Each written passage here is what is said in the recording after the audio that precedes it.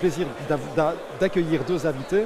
Bonjour Antonio Miraglia, bonjour. Bonjour Monsieur Gianni. Vous êtes Sales Manager chez Securitas. Dans un instant, je vous poserai une question, mais d'abord Vincent Bray, bonjour. Bonjour. Vous êtes chef de corps de la zone de police Sekova, Chaux-Fontaine et Hambourg. La zone de police Sekova mise notamment sur les technologies pour renforcer donc la sécurité des citoyens. Mais quel type de technologies sont aujourd'hui utilisées? Quels sont les projets qui sont aujourd'hui à l'étude au sein de votre zone de police?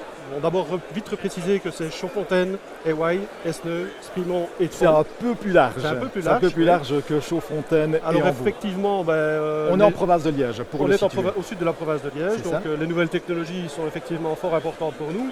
Alors on les développe dans plusieurs projets. On a tout d'abord fait un développement de notre parc informatique au niveau virtualisation. Bon, ça c'est plus en interne. On est dans la phase 2 test aussi pour les applications Focus qui vont être utilisées par notre personnel sur le terrain et donc au service du citoyen qui vont apporter de la sécurité, une meilleure information au personnel. Nous avons aussi des systèmes de caméras de surveillance qui existent actuellement dans 2 communes sur les 5 au niveau de la zone. Il y a des projets pour en développer plus dans d'autres communes aussi. Nous avons acquis au niveau de la zone des caméras fixes temporaires. Donc nous utilisons ponctuellement sur des événements plus spécifiques pour nous aider à gérer la sécurité.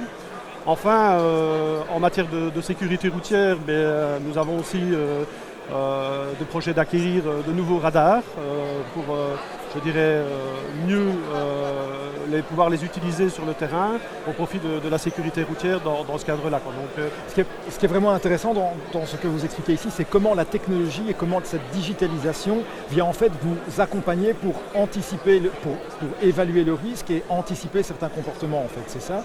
Et donc en fait les forces de l'ordre, elles ont aujourd'hui une responsabilité qui correspondent à l'anticipation du risque et pouvoir repérer assez rapidement. C'est bien cela?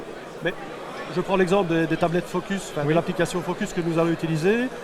L'objectif, c'est que l'information soit directement mise à disposition de notre personnel beaucoup plus rapidement et que donc, lorsqu'ils arrivent sur des situations, ils soient, le plus informés possible de ce sur quoi ils vont. Et pour leur sécurité, c'est fort important aussi. Donc, on parle beaucoup aussi des caméras de nouvelle génération. En quoi ces caméras sont intéressantes pour votre zone? Et ça, on nous suit ici, on est en direct, on est filmé évidemment, mais les caméras sont utiles également pour vous, pour les citoyens. En quoi ces caméras de nouvelle génération sont utiles? Elles sont intéressantes parce qu'elles peuvent permettre de détecter certains comportements susceptibles d'être à l'origine de la commission d'une infraction, etc. Donc c'est clair que l'intelligence artificielle qui permet d'anticiper, ce que les caméras filment, ça peut apporter encore un plus par rapport à nos services de police. Alors Antonio Miraglia, je sais que la situation est un peu compliquée parce qu'on a évidemment beaucoup de monde autour de nous. On est en direct, cœur de l'événement Municipalia sur le stand de WIN pour parler de la digitalisation. On va parler de Securitas. Quelles sont les technologies que Securitas met à disposition des communes et des zones de sécurité pour augmenter la sécurité justement? Bien, Securitas a plusieurs piliers au sein de sa BU Technologie. On a le pilier qui est Critical Communication, qui est tout ce qui est fourniture radio, communication radio. On a un autre pilier qui est le pilier ICT, où là on met à disposition tout ce qui est data center, virtualisation des applicatifs police. On fait tout ce qui est réseau informatique, Wi-Fi pour les polices. Et alors on a un autre département qui est le département sécurité physique, où là on fait la sécurité physique au sens large des bâtiments, que ce soit du contrôle d'accès, de la vidéosurveillance, des accueils renforcés. Et en fait, toutes ces solutions sont accessibles via des contrats cadres que nous avons gagnés et qui sont accessibles aux zones de police et aux communes.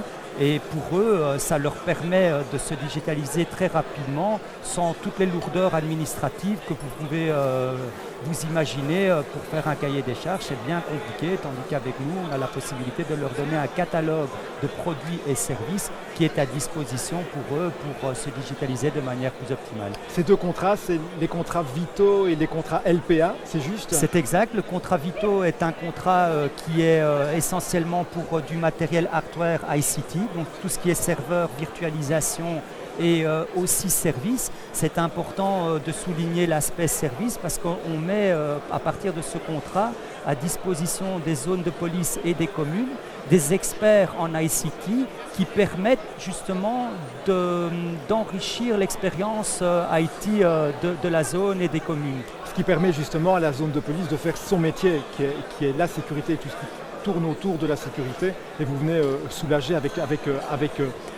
tous ces supports et toutes ces infrastructures IT, c'est ça? Exactement. Sur le plan infrastructure et ressources humaines. On est considéré au niveau des zones de police et communes comme un partenaire technologique important. On est là justement pour leur permettre de se concentrer sur leur tâche primaire qui est la sécurité et de nous laisser la possibilité de leur donner des moyens pour justement affronter cette digitalisation. Alors, un mot encore, quelles sont les innovations auxquelles on peut s'attendre dans le secteur de la sécurité? Quels sont justement les enjeux? On a parlé des caméras, c'est un secteur justement?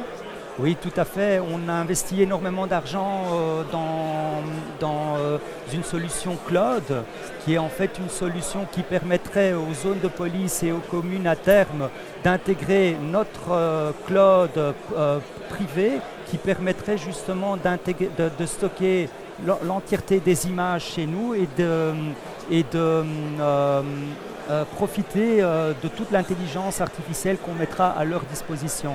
Justement, en quoi l'intelligence artificielle est un soutien pour les zones de police? Essentiellement, aujourd'hui, la manière d'opérer dans une zone de police ou dans une ville pour la vidéosurveillance, soit on utilise la vidéosurveillance en real time, mais ça a des contraintes parce qu'il faut beaucoup de personnel pour visualiser les images et interagir de manière rapide sur les images.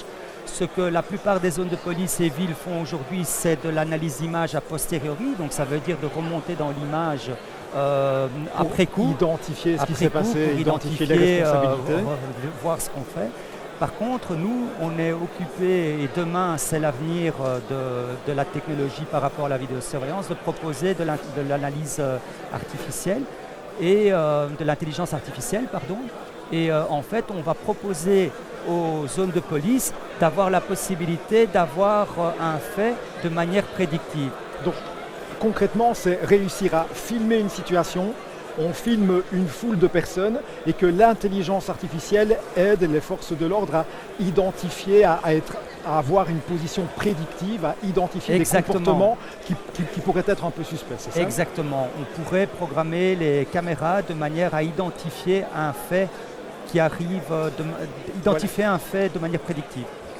Un mot de réaction, vous vous êtes entendus l'un l'autre, est-ce que vous souhaitez réagir à ce qui vient d'être dit? On sent bien donc la responsabilité, la digitalisation des forces de l'ordre, véritablement la digitalisation doit être une solution qui vous soulage au quotidien pour mieux faire votre métier. C'est bien cela en fait l'enjeu. C'est ça, mais tout en étant que même avec ces solutions prédictives qui sont très intéressantes, ça nécessite pour les services de police de mettre en place des processus de réaction, puisque c'est bien de pouvoir prédire des comportements. Il faut des hommes. Il faut pouvoir réagir derrière ça, parce que sinon on pourrait aussi nous reprocher de ne pas avoir réagi par rapport à un comportement a priori suspect. Quoi. Donc, on sent bien la responsabilité au niveau, oui, tout à fait. Donc, des forces de l'ordre. Il y a une responsabilité qui est importante et le but c'est d'être soulagé, de pouvoir interagir, intervenir rapidement.